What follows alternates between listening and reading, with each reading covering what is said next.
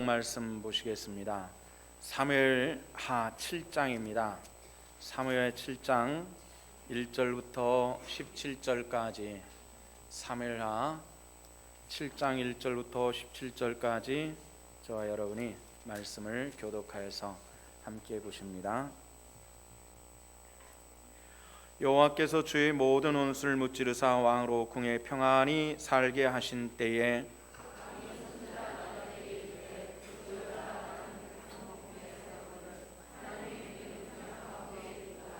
나단이 왕께 아뢰되 여호와께서 왕과 함께 계시니 마음에 있는 모든 것을 행하소서 하니라. 가서 내 종 다윗에게 말하기를 여호와께서 이와 같이 말씀하시되 내가 나를 위하여 내가 살 집을 건축하겠느냐.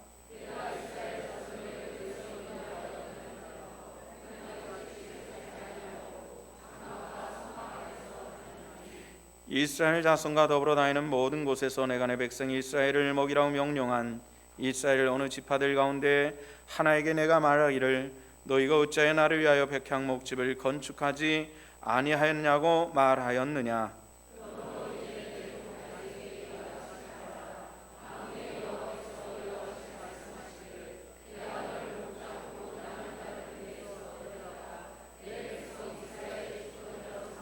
내가 가는 모든 곳에서 내가 너와 함께 있어 내 모든 원수를 내 앞에서 멸하였은즉 땅에서 위대한 자들의 이름같이 내 이름을 위대하게 만들어 주리라.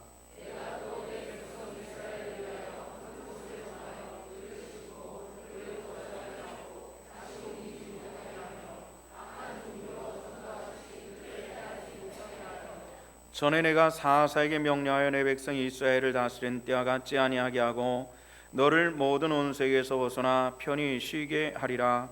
여호와가 또 내게 이르노니 여호와가 너를 위하여 집을 짓고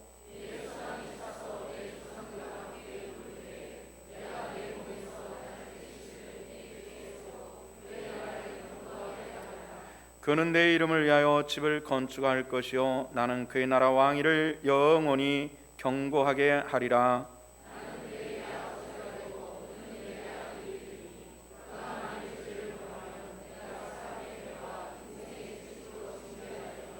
내가 내 앞에서 물러나게 한 사울에게서 내 은총을 빼앗은 것처럼 그에게서 빼앗지는 아니하리라.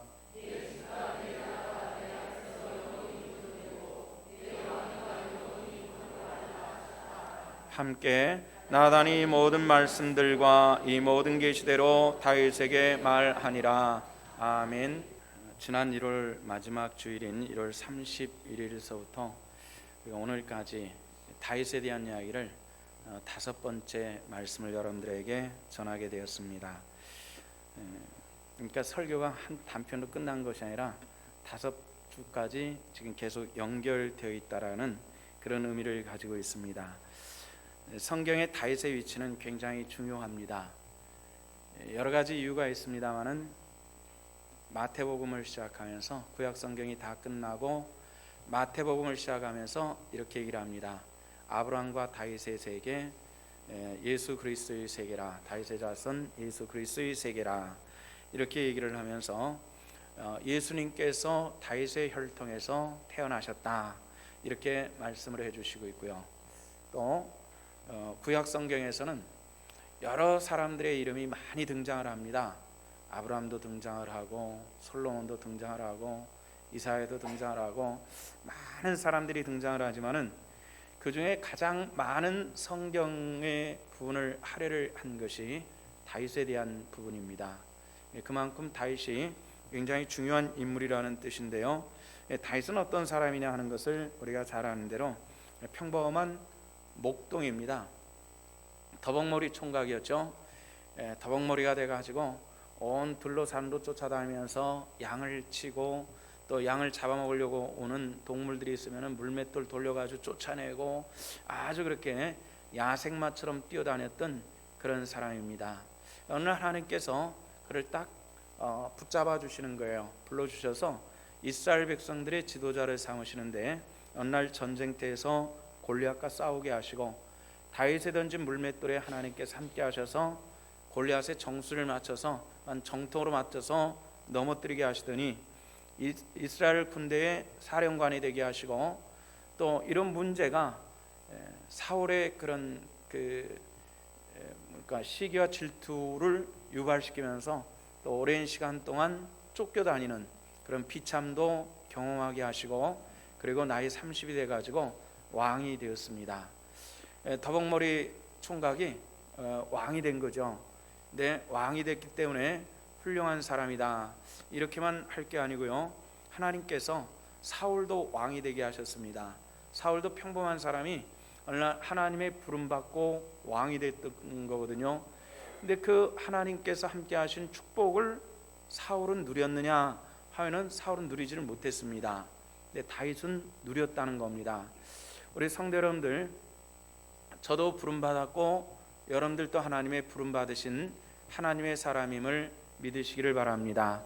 근데 우리가 그럼 당신은 하나님의 부르신 축복을 누렸습니까? 이렇게 질문하면은 예라고 대답을 할 수 있어야 되는데, 이게 신앙인으로 당연히 예라고 대답해야 될 것 같은데 대답할 만한 근거가 없어서 안타까운 그런 경우도 아마 없지 않아 있으리라고 생각합니다.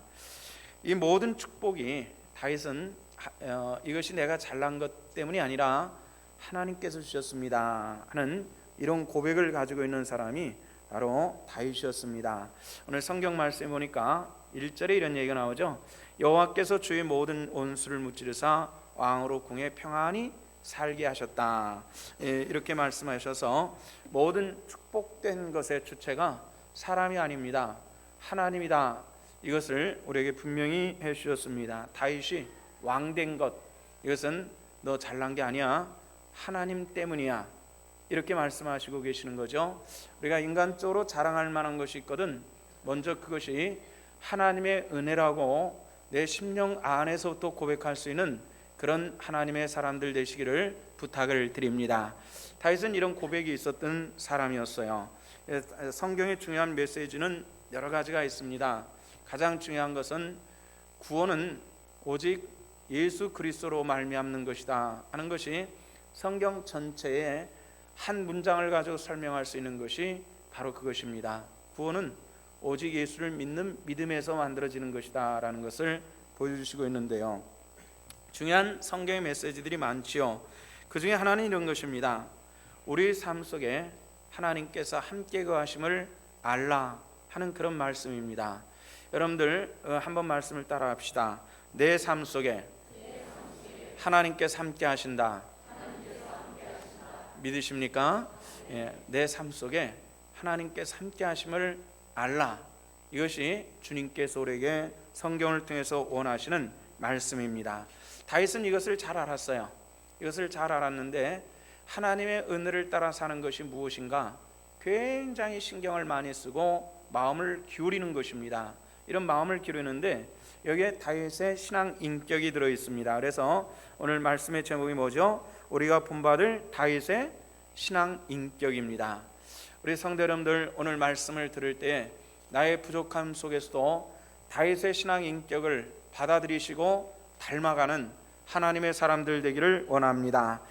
다윗의 하나님의 그 신앙 인격 속에서는 무엇보다도 변함없이 영적인 면에 관심을 기울였다는 겁니다. 오늘 성경 말씀 전반의 내용이 이런 것입니다. 다윗이 왕이 됐어요. 그리고 왕궁도 하나 조그맣지만은 지었습니다. 거기서 편안히 거했어요. 옛날처럼 굴 속에서 벌판에서 그렇게 자는 삶이 아니라 아주 폭신한 비당 금침을 덮고 그렇게 잠을 자다가 어느 날 갑자기 생각나는 것이 하나님은 어떻게 계실까, 이런 생각을 하게 되는 겁니다. 그 당시 하나님의 존재는 법궤라고 하는 것을 가지고 표현할 수 있었습니다. 하나님의 법궤는 어디 있지? 이런 생각입니다. 하나님의 법궤는 어디 있을까? 이런 생각을 하고 보니까 오랜 세월을 걸쳐 가지고 그 아름답던 성막들이 색이 바래고 찢어지고 넝마 같은 곳에 하나님의 성막이 거한다라는 이런 생각이 미치게 되니까 이래서는 안 되겠단 말이지. 하나님의 전을 건축하자, 이런 생각을 하게 되는 다윗의 모습이 있었습니다. 다윗은 어느 때든지 하나님에 대한 생각을 참 많이 했습니다. 끊임없이 하나님에 대한 생각을 많이 했는데, 쫓겨다닐 때나 왕이 됐을 때나 끊임없이 하나님에 대한 생각을 변함없이 하는 사람이 바로 다윗이었습니다. 성도 여러분들, 우리 삶의 어떤 형편이라든지 하나님과의 관계 속에서 하나님 생각이 우리 마음속에, 가슴속에 들어있는 그런 하나님의 권속들 되시기를 주님의 이름으로 축원합니다. 그래서 하나님께서는 다윗의 마음을 아신 거거든요. 사람의, 우리가 상대방의 마음을 안다는 것은 참 중요합니다. 겉에는 굉장히 사탕발림처럼 미사여구를 드러내면서 얘기를 하지만은 그 마음이 아니다라는 것을 우리가 알게 될 때는 굉장히 실망되죠. 하나님께서 그렇습니다. 하나님께서는 우리 겉을 보지 아니하시고 우리 마음을 보시는 분이 하나님이시라는 것 잘 알고 계시죠? 하나님께서 다윗의 마음을 아셨어요. 사람들이 하나님께서 나와 어떤 관계고 우리가 하나님 앞에 어떤 모습으로 살아야 될 것인가, 이런 것을 늘 생각을 했습니다. 이스라엘 백성들이 출애굽했을 때요, 굉장히 하나님께 대해서 불평스러워했습니다. 조금만 어려우면은 야, 이거 우리가 여기서 죽는 거 아니냐 말이지. 굉장히 막 불평하고 모세에게 막 삿대질하고 따지면서 애굽에 매장할 자리가 없어가지고 우리 광야에서 말라 죽게 한다고 막 그렇게 흥분을 했던 그런 사람들이 이스라엘 사람들입니다. 성경에서 특히 시편을 통해서 굉장히 많이 나타나는 그런 표현이 뭐냐면은 애굽에서 이스라엘을 이끌어내신 여호와, 이런 얘기가 나옵니다. 애굽 땅에서 이스라엘 백성들을 이끌어내서 가나안 땅으로 들어게 하신 분이 여호와시다, 이런 말씀입니다. 그런데 성경을 가만히 살펴보면은 우리가 좀 특별한 걸 느낄 수가 있습니다. 그건 뭐냐면은 이스라엘 백성들이 출애굽할 때 약 100만 명이나 되는 사람들이 나왔습니다. 그런데 정작 약속의 땅 가나안에 들어간 사람은 몇 사람이죠? 2사람이 불과했단 말이에요. 갈렙과 여호수아 2사람이 불과했습니다. 애굽에서 인도는 했지만은 가나안 땅으로는 들어가지를 못했어요. 2사람밖에 없었습니다. 갈렙과 여호수아밖에 없었어요. 그 과정에서 어떤 일이 있었느냐면은 가데스 바네아라고 하는 이제 광야와 가나안 땅의 경계점에 서 가지고 모세는 12명의 정탐꾼을 선발을 해가지고 가나안 땅으로 들여보내죠. 그것이 과연 하나님께서 말씀하시는 적과 꿀이르는 가나안 땅인지, 이 많은 사람들이 가서 정착할 만한 땅인지, 그 안에는 어떤 사람들이 살고 있는지 한번 잘 보고 오너라. 가서 40일 동안을 12사람이 전부 휩쓸고 다니다시피 와가지고 보고하는, 이 보고하는 자리가 있었습니다. 10사람의 정탐꾼들이 탄식하며 이런 얘기를 합니다. 그곳은 굉장히 강한 민족이 있습니다. 아낙이 민족이라고 하는데 키가 크고 몸이 강대해가지고 우리와 그 사람들을 비교할 때 우리는 마치 메뚜기와도 같습니다. 그들과 싸워서 이길 방법이 없습니다. 근데 우리는 노예 족속으로 지금 출애굽해가지고 조직된 군대가 없고 남녀노소를 동반한 이런 오합지졸인데 그들은 훈련이 잘 된 군대가 있습니다. 싸워서 이길 수가 없습니다. 이 말을 듣고 이스라엘 백성들은 막 동성하면서, 그럼 우리는 어떻게 해야 되냐, 애굽으로 돌아갈 수도 없고 가나안 땅에도 못 들어가는데 이 메마른 땅에서 우리는 다 죽는 거냐, 이러면서 막 통곡하고 우는 겁니다. 그때 갈렙과 여호수아가 나서는 거죠. 그래서 작대기 하나를 들어 보입니다. 여러분들 이게 뭔지 아십니까?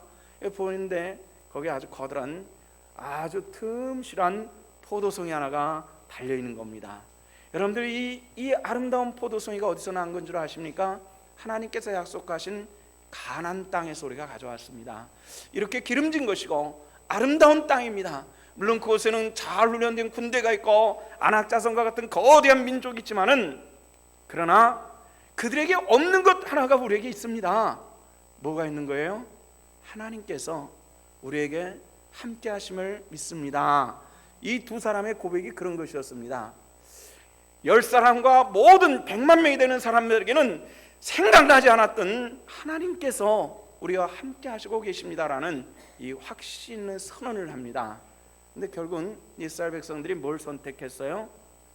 2사람의 믿음을 따른 선언을 선택한 것이 아니라 이 부정적인 입술을 가지고 탄식하는 10사람의 보고를 선택해서 결국은 광야로 다시 나가게 되는 겁니다. 40년 동안 그 사람들이 다 죽고 난 다음에 그 다음에 새로 태어난 사람들과 갈렙과 여호수아 이 두 사람이 들어가게 되는 것입니다. 성도 여러분들, 우리가 이 세상에 살면서 변함없이 영적인 하나님께서 나와 함께 하시고 내가 하나님과 함께 한다라는 이런 믿음으로 승리하는 하나님의 권속들 되시기를 부탁을 드립니다. 이것이 신앙입니다. 이것이 우리 성도들이 해야 될 영적인 모습이기 때문에 이건 굉장히 중요한 일들이죠. 이 다윗이 어떤 사람이냐라고 물어보면은 다윗은 육신적인 면보다 영적인 것에 관심을 많이 기울인 사람입니다. 이렇게 얘기를 할 수가 있습니다. 우리 다 육신을 가지고 있어서 육신을 무시할 수는 없습니다. 아무리 영적인 사람이라도 먹고 살아야 되는 거죠. 입어야 되는 겁니다. 이건 틀림이 없습니다. 그러나 우리가 그런 삶 속에서 최선을 다해서 주님 중심을 가지고 살아갈 때 남이 알 수 없는 그 신비하고 놀라운 하나님의 은혜와 축복을 누리는 하나님의 사람이 되어질 줄로 믿으시기를 바랍니다. 아멘. 다윗은 무엇보다도 경건한 영적인 교제가 있었던 사람입니다. 사람이 어떠한가를 살펴보면 그 주변에 어떤 사람들이 모여 있는가라는 것을 보면 알 수가 있습니다. 입술이 긍정적인 사람들이 모이는 곳은 항상 그런 사람들이 뭉쳐 있는 것을 보고요. 입술이 부정적인 사람들이 모이면 항상 또 그렇게 모여 있는 것입니다. 신앙 중심으로 사는 사람들이 있는 곳을 보면 또 그런 사람들이 모여 있고요. 믿는 것 같으나 불신앙의 사람들을 보면 또 그렇게 또 모여 있는 이런 거를 보는 경우들이 종종 있습니다. 그래서 우리나라 사람들이 쓰는 사자성어 중에서 유유상종이라는 말이 있죠. 비슷한 사람들끼리 서로 이 관계를 갖는다라는, 모여 있다라는 그런 뜻을 가지고 있는데, 서양 속담에 보면은 이런 얘기가 있습니다. 당신의 친구들을 보여주십시오. 그러면 나는 당신에게 당신이 어떤 사람이라는 것을 나는 말해줄 수 있습니다. 이런 얘기입니다. 당신이 친구들을 보면 난 당신을 알 수 있어요. 이런 얘기죠. 청소년들을 키우는 학부형들은 종종 이런 얘기를 합니다. 아이들이 조금 못된 짓을 하게 되면은 틀림없이 이런 얘기를 합니다. 우리 아이는 원래 착한데 주변에 나쁜 놈들이 있어가지고 그놈 나쁜 놈들 쫓아다니다 보니까 우리 아이가 나빠졌다라고 이렇게 얘기를 하는데, 저도 아주 오래전서부터 청소년들 교육을 하고 요즘에는 제가 하지를 못하고 있지만은 수십 년 동안 아이들과의 관계를 이렇게 쭉 맺어서 보면은 우리 아이는 착하고 저놈들은 나쁜데 우리 아이가 나쁘게 풀려가는 게 아니라 요 비슷비슷한 놈들끼리 그렇게 뭉쳐가지고 노는 거예요. 요걸 잘 알아야만 아이들을 지도하는데 보통 부모들은 그걸 모르고 우리 아이는 착하다는 생각밖에 안 해요. 근데 저놈들만 나쁘다 그러거든요.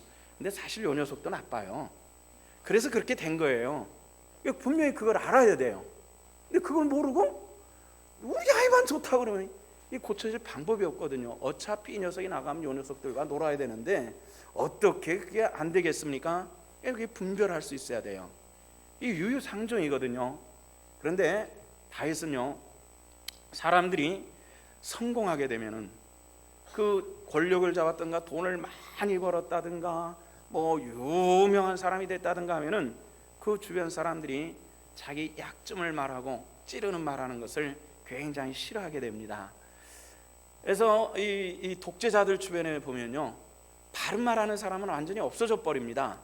그래서 아이고 올소이다, 아니면 지당하십니다, 이런 사람들밖에 모이지 않죠. 근데 다윗은 좀 특이한 사람입니다. 그 특이하다는 것은 아주 송곳처럼 심장을 찌른 것 같은 말을 해줄 수 있는 사람이 다윗 곁에는 있었다는 겁니다. 누구죠? 나단 선자거든요. 오늘 성경에, 오늘 본문에 나오는 나단 선자가 있는데요, 나단 선자가 어떤 사람이죠? 바스바의 관계 속에서 아주 다윗이 그런 그 범죄의 지경에 이르러 범죄했을 때 그 앞에 딱 서가지고 당신이 범죄했으니 당신이 이스라엘 백성들을 망해먹는 사람이라고 아주 호되게 질타할 수 있는 사람이 바로 나단 선자였습니다. 이 나단 선자와 같은 사람을, 그리고 나서 나단 선자, 당신 자꾸 바른 소리 하니까 내 짜증나서 못 살겠어 쫓아낸 것이 아니라 나단 선자를 옆에 두고서 끊임없이 그의 그 경고의 소리와 하나님의 그 계시의 말씀을 받아들이고 때로는 무릎 꿇고 회개할 수 있었던 사람이 다윗이었습니다. 사람들은 종종 잘못을 딱 지적해 주면은 불쾌해하고 힘들어하고 이런 경우들을 저도 참 많이 경험을 했습니다. 어떤 사람들은 목사님 잘못한 것 있으면 지적해 주세요. 제가 좀 순진한 면이 있어가지고 그래도 되는가 보다 해가지고 불러가지고 집사님 이거 잘못했어요 그러면 얼굴이 펄해져가지고 그래가지고 시험 들었다고 또 머리 싸매버리는 이런 걸 제가 참 많이 경험했어요. 옛날처럼 제가 여러분들의 그런 뭐 잘못했어요라고 하는 말에 대해서 지적 잘 안 하는 거 여러분들 잘 아실 겁니다. 해가지고 받아들이는 경우는 100에 1명도 별로 없더라고요. 할 필요가 없다 이런 이 결론적인 경험들을 가지고 있는데요. 고사성어 중에서 맹자 삼천지교라고 하는 말 있죠. 맹자가 어느 날 그렇게 성현으로 만들어 나타난 것이 아니라 평범한 아이에 불과했습니다. 어머니가 묘지 앞에서 살고 있었더니 아이가 하는 일이 에고 통곡하는 거, 땅 파고 시체 묻는 거 이런 놀이만 하는 것을 볼 때 이게 안 되겠다 싶어가지고 그 다음에 또 시장 근처로 갔다 그러죠. 시장 근처에 가서 가니까 뭐 싸요 뭐 하면서 또 물건 속에서 파는 이런 것까지 배워가지고 막 노는 것을 보고 이게 이렇게 해서도 안 되겠다 싶어가지고 그 다음에 어디로 갔다 그러죠? 서당 근처로 갔어요. 그러니까 글을 읽는 흉내를 내더라는 거죠. 우리가 주변에 뭘 가까이 하고 있느냐는 이게 굉장히 중요한 일들입니다. 왜 이런 말을 할까요? 제가 오래전에 저희 교회 집사님 중에서 갑자기 장사를 하다가 가게 문을 닫아버린 분이 한 분 계셨어요. 나중에 그 연유를 물어봤습니다. 왜 갑자기 그렇게 했습니까? 물어봤더니 언젠가 우리 TV에 나온 거 보셨죠? 횟감을 사는데 횟감이 집에 가서 재보면 무게가 안 맞더라는 거죠. 저울을 속여가지고. 근데 그분도 장사를 하는데 정찰제가 매겨져 있는 것보다는 무게를 달아서 파는 물건을 가지고 장사를 했습니다. 근데 집사님도 아마 그거를 저울을 종종 속였던 것 같아요. 종종 속였어요. 그래가지고 장사를 하면 다 그렇게 이문이 남지 이런 생각을 하고 장사를 했는데 어느 날 엄마가 급히 외출을 하게 되면서 6학년짜리 초등학교 6학년짜리 딸아이에게 너 좀 가게 좀 보고 있어라. 그리고 나갔다 왔어요. 와가지고 가게 다시 도착하는데 아이가 마치 장사를 하고 물건을 팔고 있는데 놀랍게도 이 아이가 엄마처럼 저울을 교묘히 속이는 이런 걸 보게 되는 겁니다. 6학년짜리가 자기는 이 아이가 엄마가 장사할 때 저울을 속인다는 것을 아이는 모를 줄 알았는데 그걸 정확하게 속이는 수법까지 정확하게 알아가지고 저울을 교묘히 속이는 그 모습을 보면서 야 이거 안 되겠다 싶어가지고 갑자기 장사문을 닫는 그런 모습이 있었습니다. 너 신앙생활 잘해야 돼. 잘 안 됩니다. 여러분들의 신앙이 보여줄 수 있기를 부탁을 드립니다. 그것이 우리 자녀들에게 보여줄 수 있는 것이고 또 우리 성도들에게 처음 믿는 사람들에게 신앙생활 뭐 이렇게 하세요 저렇게 하세요 막 가르치는 것에 막 그냥 사람이 걸리는 것처럼 막 사람을 막 가르치려고 하는 사람들이 있는데 사실 뭐 그럴 필요는 없습니다. 보여주면은 언젠간 자연스럽게 따라하는 것이죠. 가르쳐서 되는 것은 사실 아니더라는 것입니다. 다윗은 그런 것을 잘 알았습니다. 주변에서 그 나단 선자 같은 사람이 있어가지고 그 영향력을 받아 나가는 겁니다. 영적인 사람으로 세워져 나가는 것이죠. 잠언서 13장 20절의 말씀 보니까 지혜로운 사람은 이렇게 얘기합니다. 지혜로운 자와 동행하면 지혜로워지고 또 뭐라 그랬어요? 미련한 자와 사귀면 해를 얻느니라 이렇게 말씀을 했습니다. 우리 성도 여러분들이 지혜로운 자가 되시기를 주 이름으로 축복합니다. 모든 사람들이 지혜를 갖기를 원하시는 하나님께서 지혜가 부족하면 구하라 말이지 후히 주시고 넘치게 하신 하나님께서 우리에게 넉넉하게 주실 것을 성경을 통해서 우리에게 약속해 주지 않았냔 말이에요. 다윗의 신앙인격은 자신의 진정한 모습을 바라보는데 아주 힘썼습니다. 나는 누군가 이런 생각입니다. 다윗은 늘 생각을 했습니다. 왕이 되고 나서도 이 보잘것없는 더벅머리 목동인 나를 여기까지 인도하신 분이 누구냐라는 이 질문에 대해서 하나님이다, 이런 생각을 늘 했어요. 하나님께서 나를 만드셨단 말이지, 이런 생각을 했습니다. 난 왕으로서 하나님의 백성들을 다스리는 이 왕으로서 난 잘하고 있는가 하는 이 질문을 늘 하는 겁니다. 내가 또 하나님을 섭섭하고 하고 있지는 않은지, 하나님께서 기뻐하는 삶인지, 이 질문을 날마다 하는 겁니다. 이것이 다윗의 삶이었습니다. 그런 다윗의 시편에서 다윗은 이런 질문을 하는데 139편에 이런 얘기를 합니다. 하나님이여, 나를 살피사 내 마음을 아시며 나를 시험하사 내 뜻을 나옵소서. 내게 무슨 악한 행위가 있나 보시고 나를 영원한 길로 인도하옵소서. 이런 얘기를 하죠. 나를 살피시고 내 마음을 아시며 나를 시험하사 내 뜻을 나옵소서. 성경에 보면은 주님께서 우리에게 기도 가르쳐 주신 것이 있죠. 무엇에 들게 마옵시고 시험에 들. 근데 다윗은 뭐라는, 나를 시험하소서. 이 시험을 통해서 내가 나를 알게 하시옵소서, 이런 기도를 하는 것을 봅니다. 아니 지가 뭐라고 이런 생각이 들지만은, 여기서 다윗은 뭘 생각을 했냐면은 하나님께서 나에게 하신 이 일들에 나의 반응을 자기 거울로 삼은 것입니다. 사람들과의 관계 속에서도 내 자신을 거울로 삼는 것은 굉장히 중요한 사람입니다.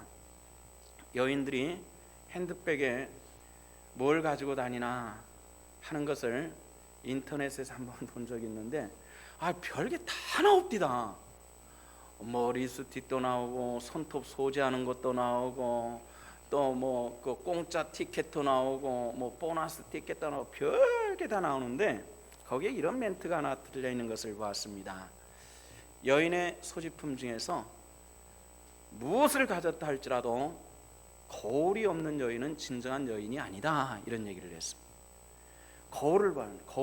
자기 거울을 수시로 들여다봐서 뭔가 잘못되어 있는가를 분별할 수 있는 그런 여인이 진정한 여인의 의미에서 여인이다, 이런 뜻입니다. 한번 봅시다. 뭐 들었는지. 이 말의 뜻은 뭐예요?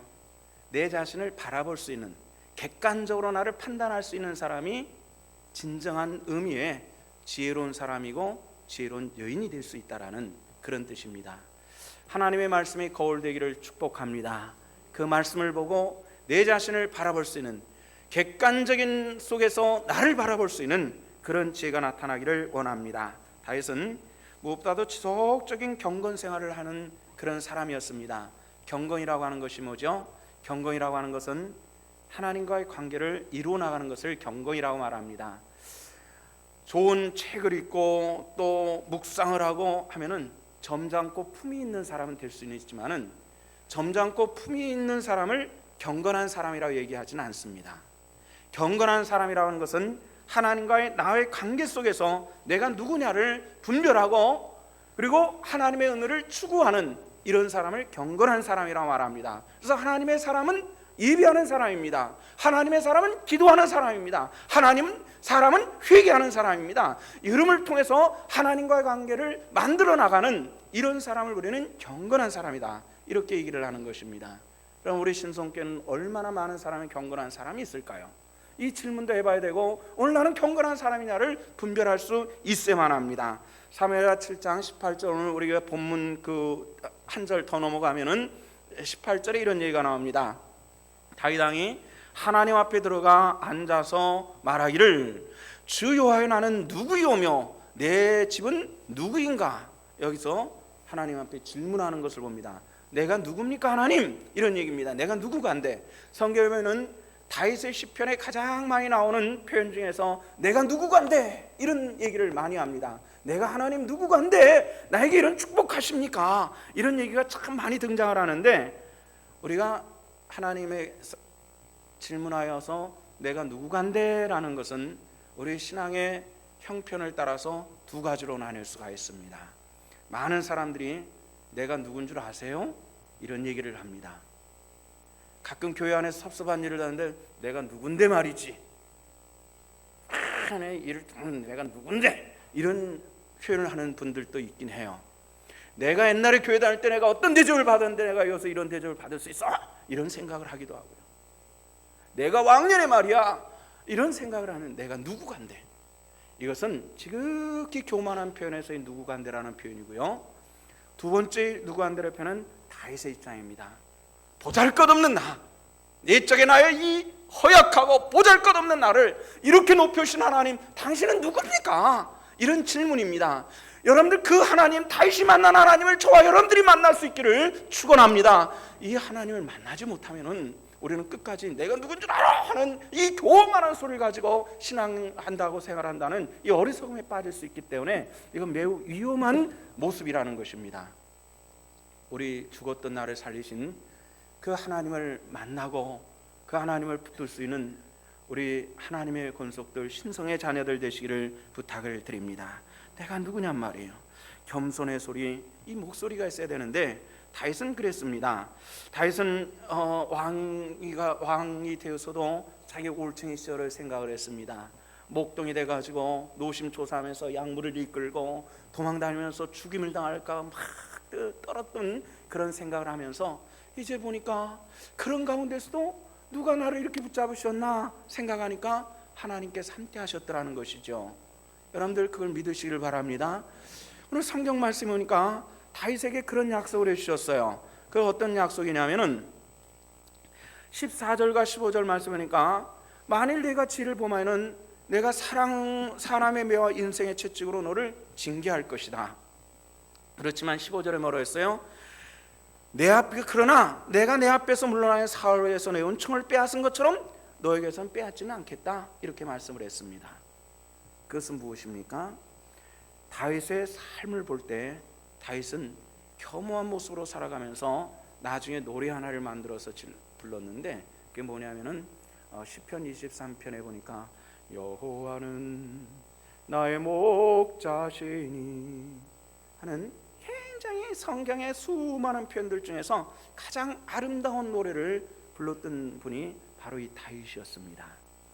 우리들이 그 아름다운 이 목자의 노래를 가지고 하나님 앞에 설 수 있는, 양의 노래를 가지고 하나님께 찬양할 수 있는 그런 하나님의 사람들 되기를 축복합니다.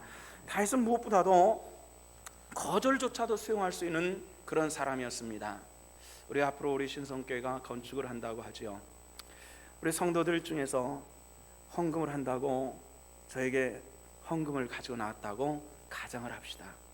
근데 제가 그것을 목사님 건축헌금이다 하고 딱 내놨는데 집사님 이건 가져가세요. 당신 돈 버는 방법이 틀려 먹어가지고 이건 받을 수가 없어요 하고 했다면은 내가 만약에 그렇게 당해도 우리 신성교회 끝까지 출석하면서 충성하겠다 할 만한 분들이 몇 분이나 되실지 하는 이런 생각을 해봅니다. 다윗은 하나님으로부터 거절을 많이 받았던 분입니다. 어떤 거절이었죠? 이제 성전을 건축하겠다고 재료를 다 모았어요. 뭐 국내 국외를 막론하고 재를 다 만들어 가지고 건축하려고 하는데 하나님께서 뭐라 말씀하시냐면 다윗 너는 성전 건축할 자격이 없어, 이렇게 얘기를 하는 겁니다. 아니 그렇게 노력했는데 하나님께서 유불문하고 하지마 이렇게 말씀하셨어요. 우리 같으면 막 짜증나고, 그리고 왕 정도 됐는데 말이지. 그리고 그 당시 다윗 왕국은 엄청나게 성장을 했거든요. 지금의 가나안 땅 지경을 훨씬 넘어가지고 모압과 암몬의 아수르 땅까지 전부 점령한 굉장히 거대 제국을 만들었습니다. 그 왕권이 대단했거든요. 하나님이 하지 말라고 해도 내 자존심을 위해서도 지을 수 있는 그런 힘과 능력이 다윗에게는 있었습니다. 그런데 다윗은 하나님께서 하지 말라고 하니까 겸손하게 하지 않기로 작정을 했습니다. 나중에 하나님께서 다윗에게 말씀하시기를 내가 왜 그런 줄 아니? 그 이유는 넌 너무 많은 죄 없는 사람들의 피를 흘렸어. 네 손에는 피의 소리가 들리기 때문에 네 손은 성전을 건축할 수 없는 거야. 이런 얘기를 할 때 다윗은 그 앞에 무릎을 꿇을 수 있는 그런 사람이 되었습니다. 우리는 사람들과의 관계 속에서도 조그마한 거절만 당하면은 견딜 수 없어 해서 막 신앙 자체를 뒤집어 엎어버리려고 하는 이런 경우들이 종종 있어요. 여러분들 그것은 신앙이 아닙니다. 신앙은 거절까지도 수용할 수 있는 사람이 진정한 신앙의 사람인 줄로 믿으시기를 바랍니다. 우리 한번 따라합시다. 거절까지도 수용하자. 그렇게 하시기를 바랍니다.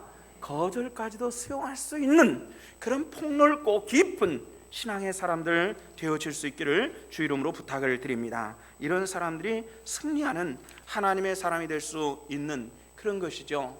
그런데 조그마한 관계 속에서도, 조그마한 거절 속에서도 그것을 수용하지 못해가지고 관계를 더 악화시키고 그냥 파괴적으로 나가는 이 심령의 파괴가 이루어져 버리는, 이것은 신앙인의 아름다운 모습은 아닙니다. 거절도 당해봐야죠. 어떻게 거절 없이 인생을 살 수 있습니까? 거절 당할 수 있어요. 얼마든지 있을 수 있어요. 저도 거절 참 많이 당해봤어요. 때로는 마음속에 분노가 있죠. 그러나 어떤 의미에서는 그 거절 때문에 성장했다라고 말할 수 있는 부분들도 정말 많습니다. 수용 때문에 성장한 것도 있겠지만은 거절 때문에 절치부심하는 그런 과정들이 저에게도 참 많이 있었습니다. 성도 여러분들, 다윗은 거절도 수용을 했습니다. 이것이 신앙의 인격입니다. 신앙인의 삶입니다. 이런 다윗을 하나님은 그 죄악들 많이 지었잖아요. 바세바 때문에 그 남편 그 사지로 몰려가가지고 전쟁을 가장한 살인을 저지른 사람이기도 하고요. 아주 그 충성된 그 신하를 여자 하나 빼앗기 위해서 사지로 몰아넣었던, 어떻게 지도자로서 가장 배역하고 가장 부도덕한 모습까지 보였잖아요.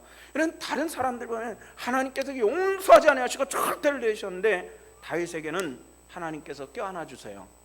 다윗이 특별해서요? 아니에요. 다윗은 하나님 앞에 그만한 신앙의 인격이 사람이었기 때문에 하나님께서는 용서할 수 있고 그 용서함 속에 더 아름다운 축복의 열매를 맺을 수 있도록 다윗과 함께 하셨던 것을 우리는 잘 알고 있습니다.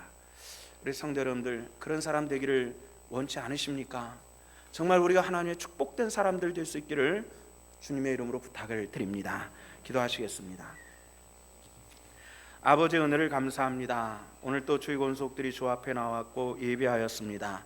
영광을 받으시고 다윗의 신앙 인격과 같이 우리들의 신앙 인격도 그리 될 수 있도록 하나님 축복 내려 주시옵소서. 감사를 드리며 예수님 이름 받들어 기도했습니다. 아멘.